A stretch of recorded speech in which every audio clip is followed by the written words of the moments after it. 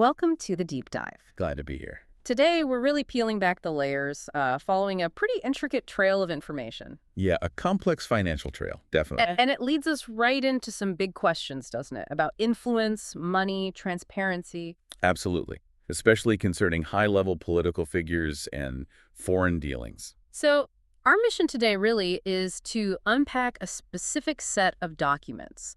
There's this question out there, why did they send the checks to the Bidens? A very direct question. And these documents we're diving into, they attempt to shed some light on that, focusing on those alleged foreign financial connections. That's the core of it. Our main source is a formal document from the U.S. House, the Committee on Oversight and Accountability.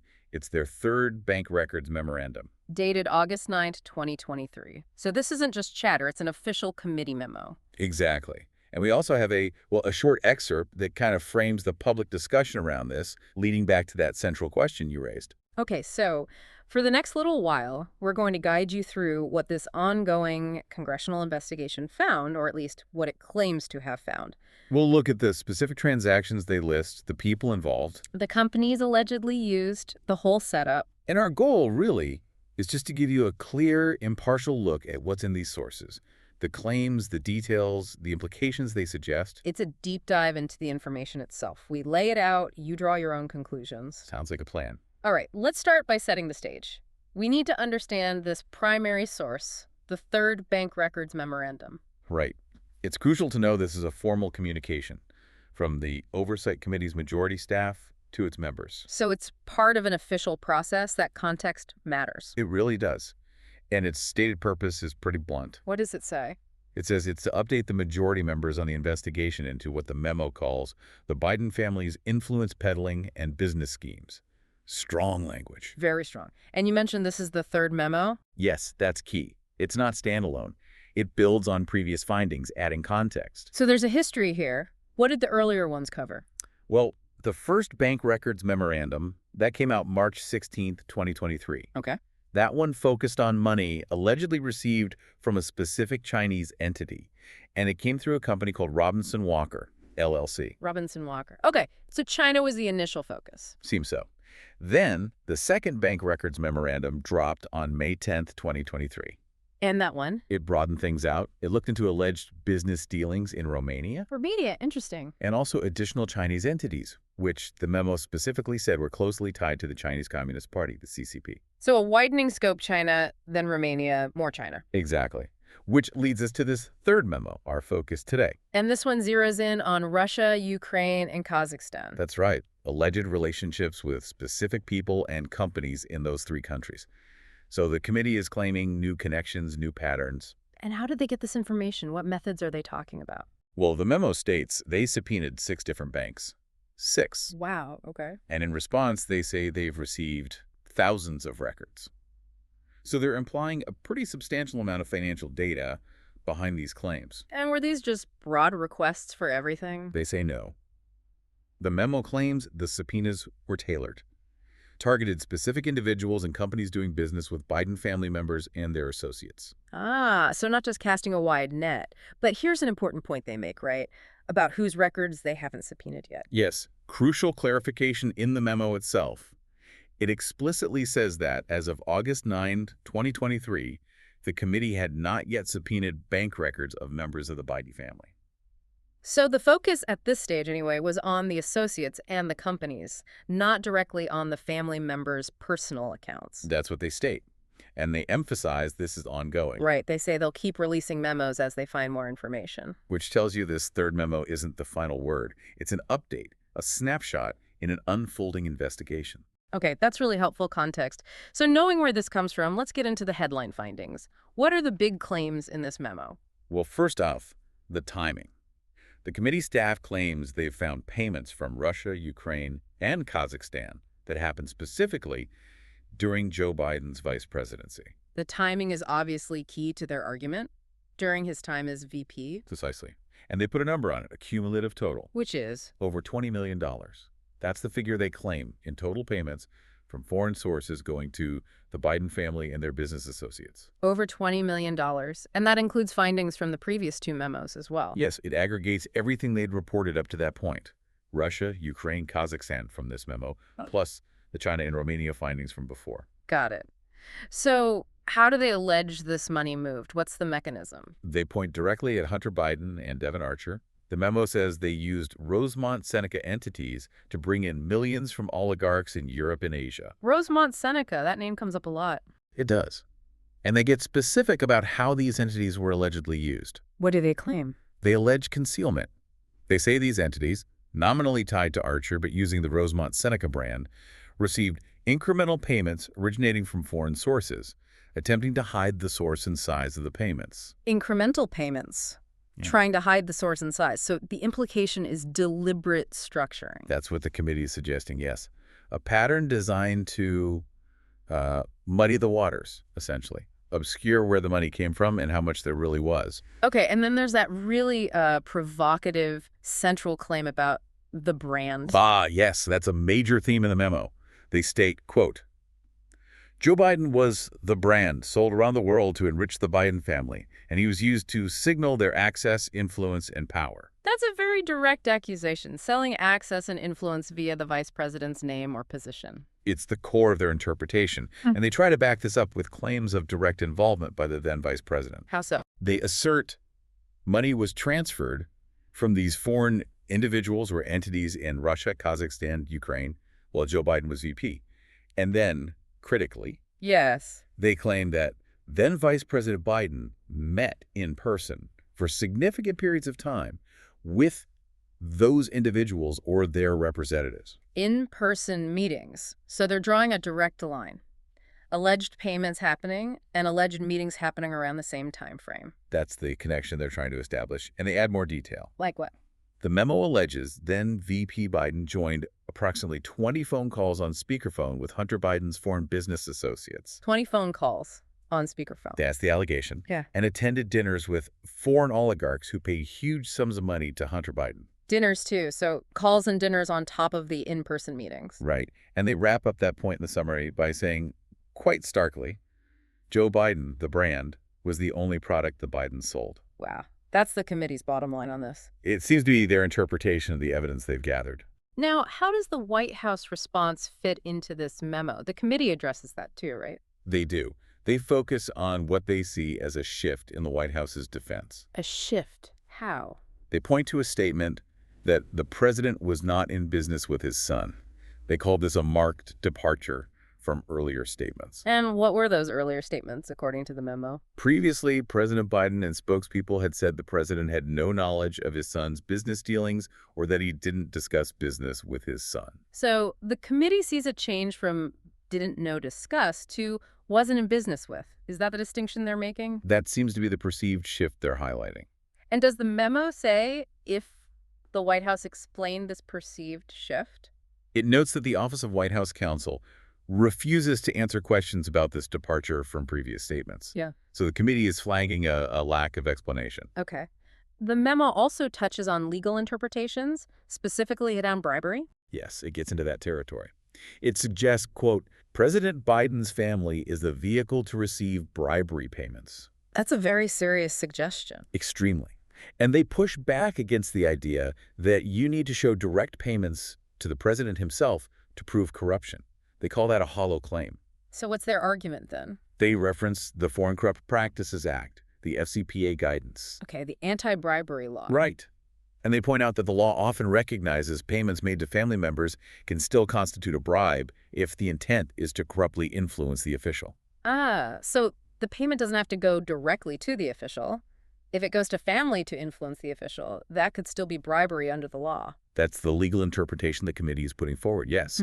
It broadens the scope beyond just direct payments. That's a significant point. And the committee claims they have more than just bank records, right? They mention whistleblowers and testimony. They do. They say sworn testimony from IRS whistleblowers involved in the criminal investigation into Hunter Biden, plus testimony from Devon Archer, Hunter's former partner. Corroborates their financial findings. That's what they assert, yes, that these different sources line up. And they pose a challenge based on all this, don't they, about the services provided? Yes, a key question they raise is, no one in the Biden administration or in the minority has explained what services, if any, the Bidens and their associates provided in exchange for the over $20 million in foreign payments. So they're asking, what was this money actually for? What legitimate business justification was there? That's the challenge they're putting out there based on their findings. Okay, let's dive into the specific examples now. The memo details connections country by country. First up, Russia. Right, the Russian connection. This centers on Yelena Baturina, And who is she, according to the memo? described as a Russian billionaire, the wealthiest woman in Russia, also married to the former mayor of Moscow, Yuri Luskov. And the memo adds some context about Luskov. It does. It mentions he was described as presiding over a pyramid of corruption, so setting a very specific, controversial background. Okay. And the core financial allegation involving Baturina. In February 2014, the memo alleges Baturina transferred $3.5 million $3.5 million to where? to an entity called Rosemont Seneca Thornton, and the memo identifies this as a shell company associated with Hunter Biden and Devon Archer. A shell company. That's a loaded term. So a direct $3.5 million link alleged from Baturina to this Biden-Archer associated company. That's the claim, and the memo details the structure of these Rosemont entities. Let's unpack that. It starts with Rosemont Seneca Partners, LLC. Yes, formed back in June 2009. Hunter Biden is chairman, Devon Archer is CEO, described as central to the Bidens' later business ventures, sort of the parent entity. Okay, the foundation. And then Rosemont Seneca Thornton, the one that got the Russian money. That was registered later, May 28, 2013.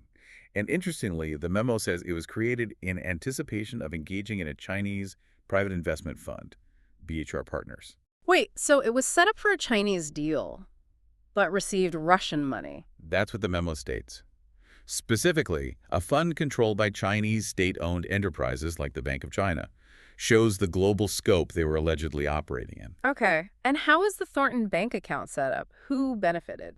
The account was opened December 6, 2013, listed Devon Archer and Rosemont Seneca Partners as beneficiaries. And Hunter Biden's connection. Through his stake in Rosemont Seneca Partners, the memo says he was a beneficiary of funds flowing through Thornton via that ownership link. So the alleged chain goes Baturina and the Thornton, partners, Hunter Biden. That seems to be the path they're outlining. Now, what happened to the $3.5 million once it hit Thornton?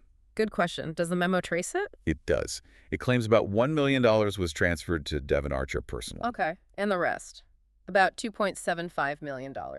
That remaining amount, they say, was used to fund a new company account, Rosemont Seneca Bohai. Another Rosemont entity, Bohai. Yes. And this Bohai account, as we'll see, allegedly received other foreign wires, too. So the Baturina money essentially seeded this new account, a layering of funds, as the committee presents it. Interesting. And is there an alleged connection to Joe Biden himself regarding Baturina? The memo claims there is. It states then Vice President Biden had dinner with Yelena Baturina When and where? in the spring of 2015 at Cafe Milano in Washington, D.C., along with Hunter Biden, Devon Archer, and others. Cafe Milano again. So, alleging a direct meeting between the VP and the source of this $3.5 million. That's the link they draw. And they add one more detail about Baturina related to sanctions. Oh, what's that? They point out that after Russia's invasion of Ukraine, the Biden administration sanctioned many Russian oligarchs. Right, that was widely reported. But the memo notes Yelena Baturina is not on that list. Yeah. They present this as a notable omission. Implying what? Special treatment? Or just an observation? The memo doesn't explicitly state the implication, but it clearly flags it as significant that she wasn't sanctioned alongside others. Okay, let's move to the next country. Kazakhstan. Who are the key figures there? Kains Rakishev, described as a Kazakhstani oligarch and millionaire. An oligarch again. Any other connections? Yes, director at Kazakhstan's state-owned oil company, Kazmunaygas, and importantly, ties to Karim Masimov. Masimov. Wasn't he prime minister? He became PM in April 2014. In the memo notes, he was later sentenced to 18 years for treason, abuse of power, trying to stage a coup. Add some serious political context. Definitely. So what's the timeline with Rakishev? It starts February 5, 2014. Hunter Biden allegedly met Rakishev at the Hay Adams Hotel in D.C. A meeting in D.C. Yes. And the memo highlights emails around this meeting. Rakishev apparently asked for Secretary of State John Kerry to visit Kazakhstan. A request for a high-level diplomatic visit. Seems so. And Archer's alleged reply is quoted, "If we have some business started as planned, I will ensure it's planned soonest." The committee likely presents that as suggesting a potential quid pro quo, right? Business for access. That's certainly the potential interpretation they're highlighting with that quote. Okay, so then comes the payment. Yes. April 22, 2014, Rakishev, using his Singaporean company Novartis Holdings, allegedly wires $142,300 $142,300 to where? to the Rosemont Seneca Bohai account, the same one seeded by the Baturina money. Ah, Bohai again. And what happened next with that money? This is striking.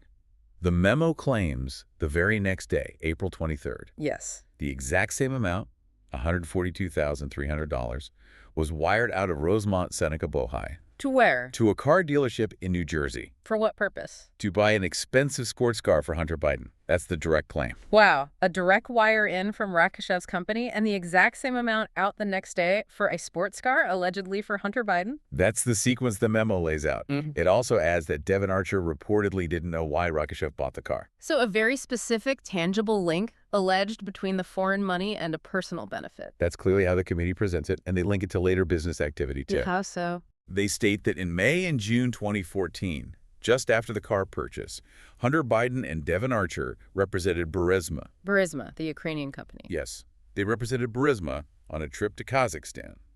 The purpose?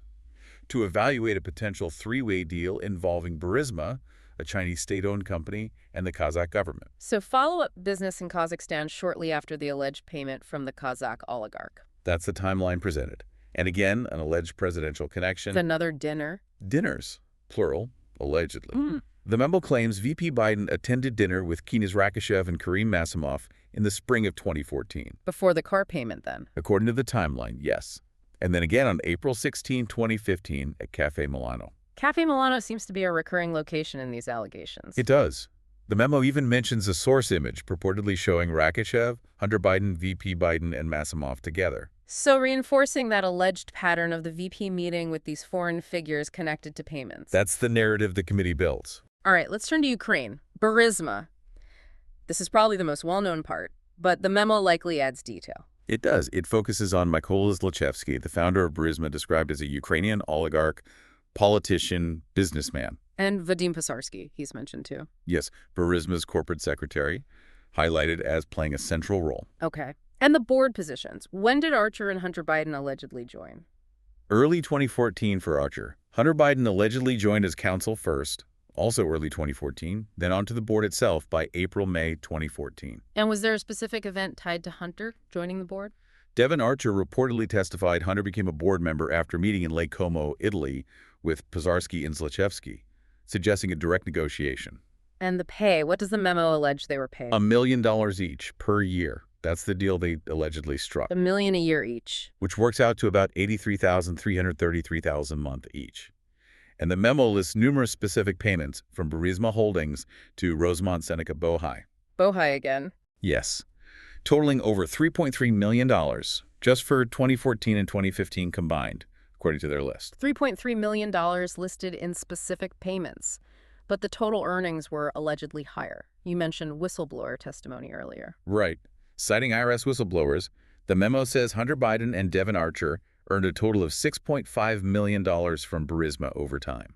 $6.5 million total. And the committee says their own investigation supports that number. They say it's consistent with the committee's investigation, yes, suggesting their bank records align with that higher figure. And these payments, they initially went into Rosemont Seneca Bohai, like the Rakishev money? Correct. Bohai was the initial receiving account for the Burisma funds, too. The same account seeded by Baturina's money, and that received Rakishev's wire. So Bohai was really the central hub for these alleged Russian, Kazakh, and Ukrainian funds, at least initially. According to the memo, yes. But that arrangement apparently changed. When and why? In late 2015. The memo says it was due to Devon Archer's legal troubles. Ah, so his legal issues impacted the shared account. It seems so. At that point, Hunter Biden allegedly started getting Burisma payments sent directly to his own corporate account, Owasco PC. Owasco PC, an account not shared with Archer. Correct. A shift in the payment routing.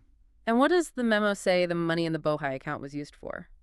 Allegedly for Hunter Biden's personal expenses and also for further investments with Archer. And Archer confirmed the ownership? He reportedly corroborated they were 50-50 owners in Rosemont Seneca Bohai. Okay. And how was money moved out of Bohai to Hunter Biden? Often transferred to him directly, or to Owasco PC. in small incremental amounts. That incremental pattern again, like they mentioned with the funds from Romania and China via Rob Walker. Exactly. The committee highlights that similarity in the alleged distribution method.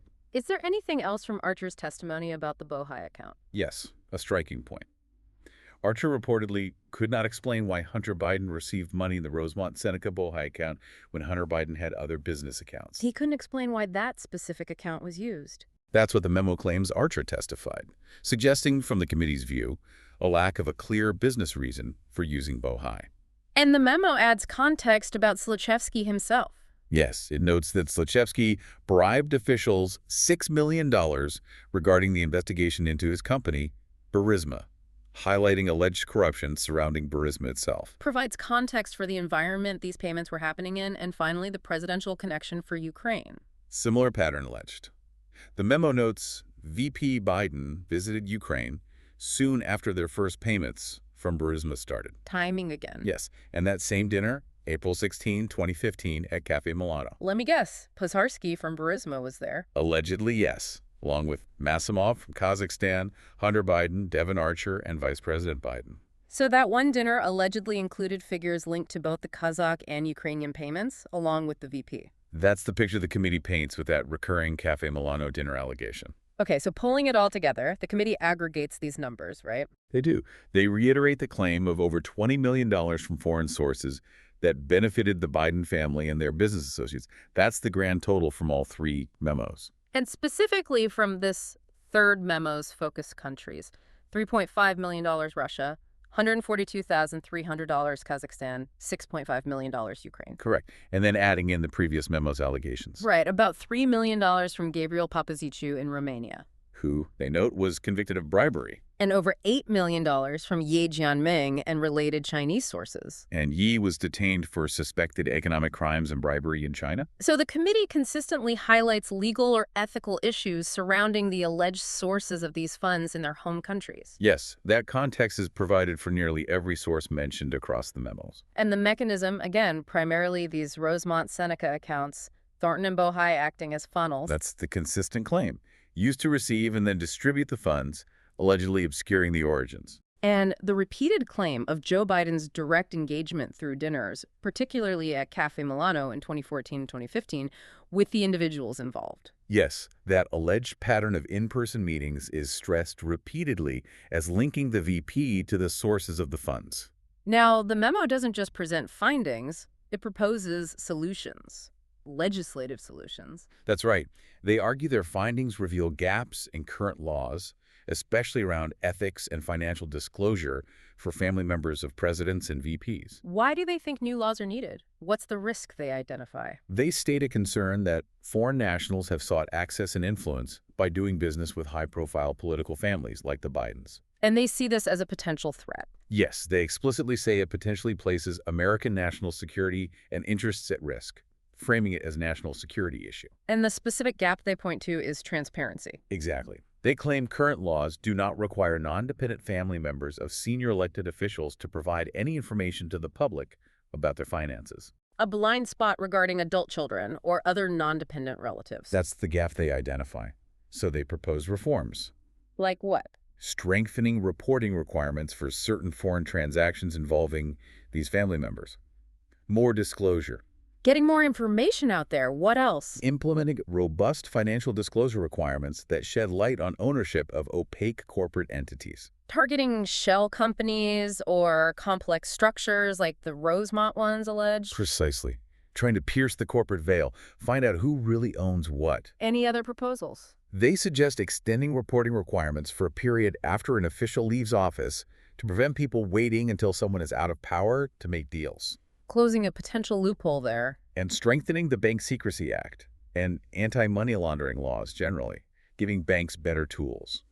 And they had a specific idea about suspicious activity reports, SARS, right? Yes, this is interesting. They suggest SARS filed on accounts linked to a president's or VP's immediate family should get basically special attention. How so? More rigorous bank compliance checks, expedited review by law enforcement, crucially, without undue influence, and potentially disclosure to Congress under certain conditions. Formalizing and speeding up oversight for these specific types of accounts. That seems to be the goal. So the overall aim of these proposed laws. Deliver more transparency, deter foreign influence attempts via family business deals, discourage families from capitalizing on public service, and ultimately protect national security. Ambitious goals. And what about the investigation itself? Is it over? No, they make it clear it's ongoing. They've issued more letters for documents, interviews. They say they'll continue to follow the money trail and gather more bank records. So more chapters potentially still to come. That's what they indicate. Okay, so we've really walked through a lot here. Starting with that question, why the checks? We've dissected this third bank records memo from the House Oversight Committee. We've covered the alleged multi-million-dollar flows from Russia, Kazakhstan, Ukraine. The complex Rosemont-Seneca network alleged as the conduit. The committee's controversial claims about the brand and the vice president's alleged involvement. And their proposals for new laws aimed at transparency. It really shows how these official investigations use bank records and testimony to build a narrative, a very detailed and, in this case, highly controversial one, about money and politics. Absolutely. It highlights that constant tension, doesn't it, between public office, private business, and the potential for influence, real or perceived. The sheer detail underscores how complex tracking global money is and the intense scrutiny these dealings face. So as we finish up, here's something for you, the listener, to think about. In our interconnected world with complex global finance, where do you draw the line? What's the right balance between the privacy of individuals, even those close to power, and the public's need to know about financial dealings that could create conflicts or security risks? What kind of transparency truly builds public trust but also respects personal liberties in this environment? A tough question with no easy answers. Definitely something to ponder. Thanks for joining us on The Deep Dive.